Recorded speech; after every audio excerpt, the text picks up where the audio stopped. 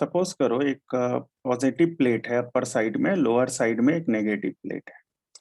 तो डेफिनेटली यहाँ पे जो फील्ड होता है, इलेक्ट्रिक फील्ड, वो पॉजिटिव प्लेट से नेगेटिव प्लेट की ओर होगा, from positive plate to negative plate. ऐसे में कोई भी पॉजिटिव चार्ज अगर इन दोनों प्लेट के बीच में है, वो फील्ड के डायरेक्शन में मूव करेगा, और कोई भी नेगेटिव चार्ज फील्ड के अपोजिट डायरेक्शन में मूव करेगा। यहाँ पे हम लोग कर क्या रहे हैं कि एक चार्ज लिए which is definitely positive since साइंस is not given, sign is not given here, और इसका मास m है, सपोज दैट, और हम लोग इसको u डैश वेलोसिटी से थ्रो कर दिए।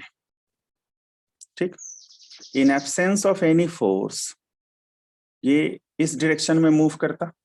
ठीक, in absence of any force ये कंटिन्यू करता सेम वेलोसिटी से इस डायरेक्शन में, but since there is a force, there is a field between the plates, और ये पॉजिटिव है, तो ये क्या करेगा, ये इस डायरेक्शन में एक फोर्स एक्सपीरियंस करेगा। एज अ रिजल्ट ये स्ट्रेट नहीं मूव करके इस कर्व्ड पाथ में मूव करेगा। ठीक, और जैसे ही ये स्पेस से बाहर आ जाएगा, किस स्पेस से, स्पेस बिटवीन द प्लेट्स, दोनों प्लेट के स्पेस से बाहर आएगा, वो इस पॉइंट से टेंजेंशियली मूव करेगा। क्यों टेंजेंशियली मूव करेगा? क्योंकि अब कोई फोर्स नहीं है, और according to Newton's first law अगर कोई फोर्स नहीं है तो कोई भी ऑब्जेक्ट स्ट्रेट लाइन में मूव करेगा। और तुम लोग जानते हो कि किसी भी कर्व्ड पाथ में वेलोसिटी क्या होता है, टेंजेंशियल। तो इस जगह से जैसे ही बाहर आएगा वो एक डेफिनेट वेलोसिटी से स्ट्रेट लाइन में मूव करेगा, and that straight line is tangential to the curve. ठीक, so this is resultant velocity. ऐसे सिचुएशन में हम लोग बोल सकते हैं कि सारा फोर्स डाउनवर्ड डायरेक्शन में था, हॉरिजॉन्टली कोई फोर्स नहीं था, लेकिन डाउनवर्ड डायरेक्शन में फोर्स था। क्यों फोर्स था? क्योंकि फील्ड था। तो as a result horizontal direction में कोई भी वेलोसिटी चेंज नहीं होगा, यानी वेलोसिटी जिस वेलोसिटी के साथ हॉरिजॉन्टली मूव कर रहा था उसी वेलोसिटी के साथ ये प्लेट से बाहर आएगा, है ना। बट देखो इनिशियली डाउनवर्ड वेलोसिटी इसका 0 था, बट डाउनवर्ड फोर्स है ना, और जहां डाउनवर्ड फोर्स होगा वहां डाउनवर्ड एक्सेलरेशन होगा, और जहां एक्सेलरेशन होगा वहां डेफिनेटली वेलोसिटी इंक्रीज होगा। तो इसका मतलब जब ये प्लेट से बाहर आएगा तो इसके पास एक वेलोसिटी भी होगा, and that velocity is say u double dash. ठीक है, इस u डैश और u डबल डैश का रिजल्टेंट है vr। देखो, adding them by using parallelogram law. ठीक, and in the whole process ये जितना डाउनवर्ड शिफ्ट होगा, है ना, जितना डाउनवर्ड शिफ्ट होगा हम लोगों को उसका वैल्यू भी फाइंड करना है, एंड से इट इज y। ठीक,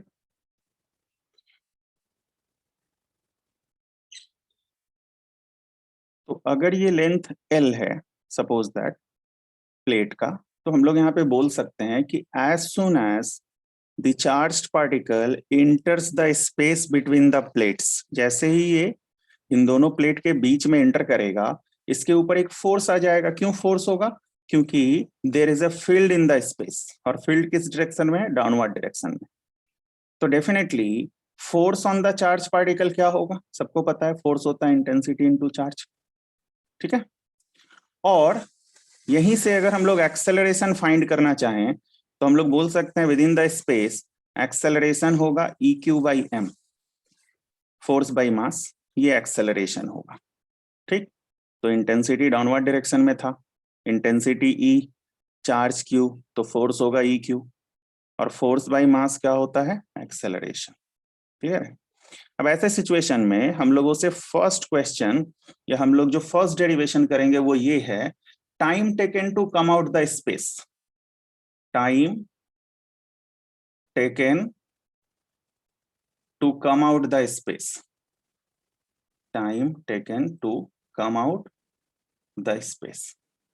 देखो तो एक चीज, हॉरिजॉन्टल डायरेक्शन में कोई फोर्स नहीं था, मींस हॉरिजॉन्टल डायरेक्शन में वेलोसिटी चेंज भी नहीं होगा, प्रोजेक्टाइल मोशन में भी पढ़े हैं हम लोग।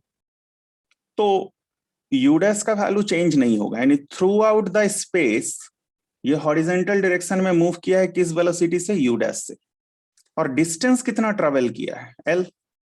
तो सोचो अगर कोई यूनिफॉर्म वेलोसिटी से मूव करे इतने डिस्टेंस तक, तो टाइम टेकन क्या होगा, डेफिनेटली टाइम टेकन होता है distance by velocity in case of uniform velocity, यानी अगर वेलोसिटी चेंज नहीं हो तो। और अगर मान लो वहां एक्सेलरेशन या रिटार्डेशन है तो डेफिनेटली काइनेमेटिक्स इक्वेशन यूज करेंगे, इक्वेशंस ऑफ मोशन यूज करेंगे। लेकिन यहाँ वेलोसिटी यूनिफॉर्म है हॉरिजॉन्टल डायरेक्शन में, तो time taken is L by u dash, that means length by velocity. ठीक, ये फर्स्ट।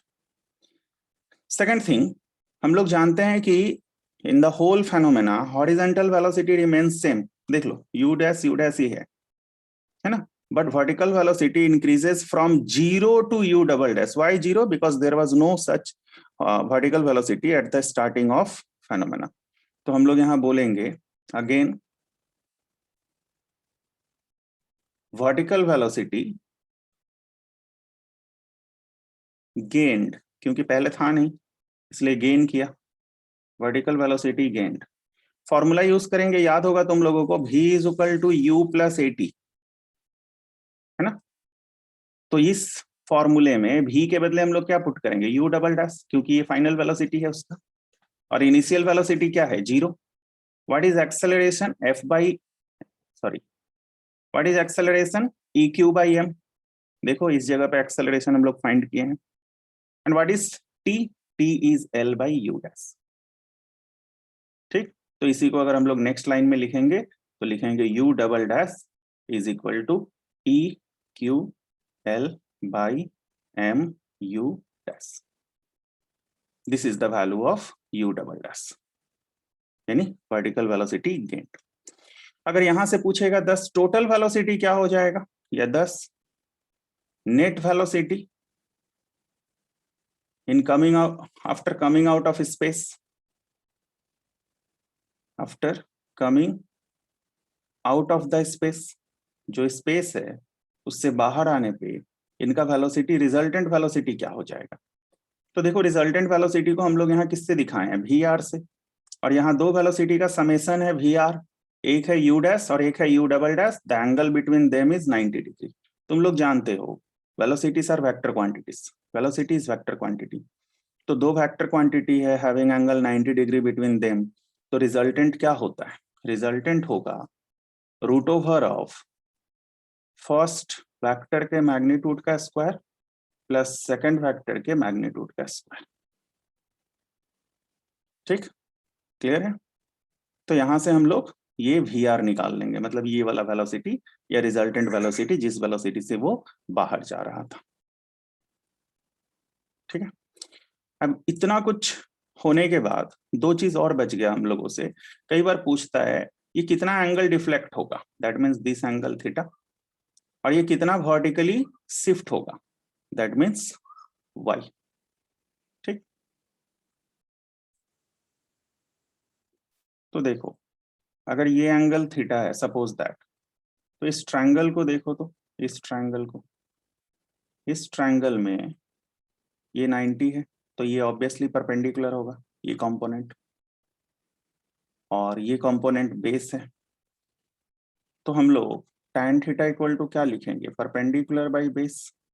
तो ये परपेंडिकुलर मींस दिस लेंथ, ये लेंथ किसको रिप्रेजेंट कर रहा है, ये रिप्रेजेंट कर रहा है यू डबल डैश को, और ये लेंथ किसको रिप्रेजेंट कर रहा है, यू डैश को, तो u double dash by u dash.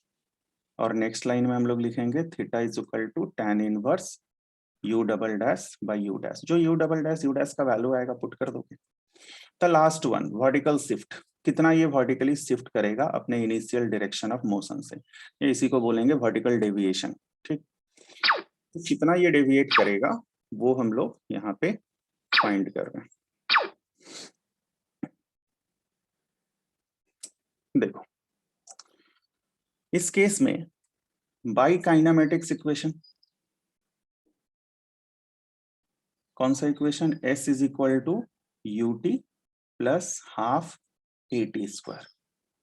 इस केस में देखो तो वर्टिकल डिस्प्लेसमेंट कितना है, y, what is the acceleration, e q by m, what is the time taken, sorry ut plus half AT square. देखो तो इनिशियल वेलोसिटी क्या था वर्टिकल डायरेक्शन में, इनिशियल वेलोसिटी 0, तो इसके बदले हम लोग 0 पुट करेंगे। और यहाँ AT स्क्वायर है, तो A का वैल्यू क्या होगा EQ/m, और टाइम का वैल्यू हम लोग फाइंड किए थे L/u का स्क्वायर। तो जैसे ही हम लोग इसको सॉल्व करेंगे ये आएगा 1/2 EQ L square by MU square. अब यहाँ से तुम लोग बहुत सारा कंक्लूजन ड्रॉ कर सकते हो। कई बार बोलता है कि suppose electron and alpha particles are thrown in the same field, है ना, with same velocity, which one will get more deviation, ठीक है, या which one will be deviated more. तो ऐसे सिचुएशन में तुम लोगों को इस इक्वेशन में पुट करना होगा, क्या पुट करना होगा, the only difference is charge and mass. तो जब अल्फा के लिए कैलकुलेट करोगे तो जो उसका चार्ज होता है, सपोज करो उसका चार्ज Q और उसका मास, प्रोटॉन के लिए उसका चार्ज Q और उसका मास M, तो अल्फा के पास क्या होता है, प्रोटॉन से डबल चार्ज होता है। तो जब अल्फा के लिए y लिखेंगे तो लिखेंगे 2Q, और मास 4 टाइम्स यानी 4M, और दोनों के y का रेशियो फाइंड करके हम लोग देख लेंगे कि दोनों का डेविएशन सेम है या किसका ज्यादा है या किसका कम है। तो वैरायटीज ऑफ वे में यहाँ से क्वेश्चन पूछता है, जब हम लोग न्यूमेरिकल सॉल्व करेंगे तो देखेंगे उसको।